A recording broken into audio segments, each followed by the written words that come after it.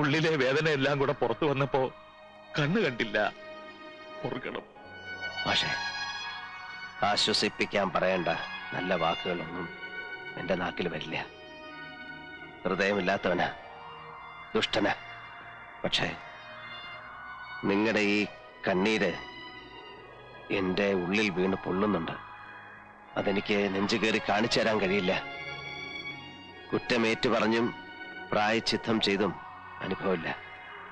പക്ഷേ നിങ്ങൾക്ക് വേണ്ടി പറയൂ, ഞാൻ എന്ത് വേണം പറയൂ മാഷേ. ഈ മുഖത്ത് നോക്കി ദേഷ്യം എന്ന് പറയാൻ പോലും എനിക്ക് പറ്റുന്നില്ലല്ലോ ഈശ്വര.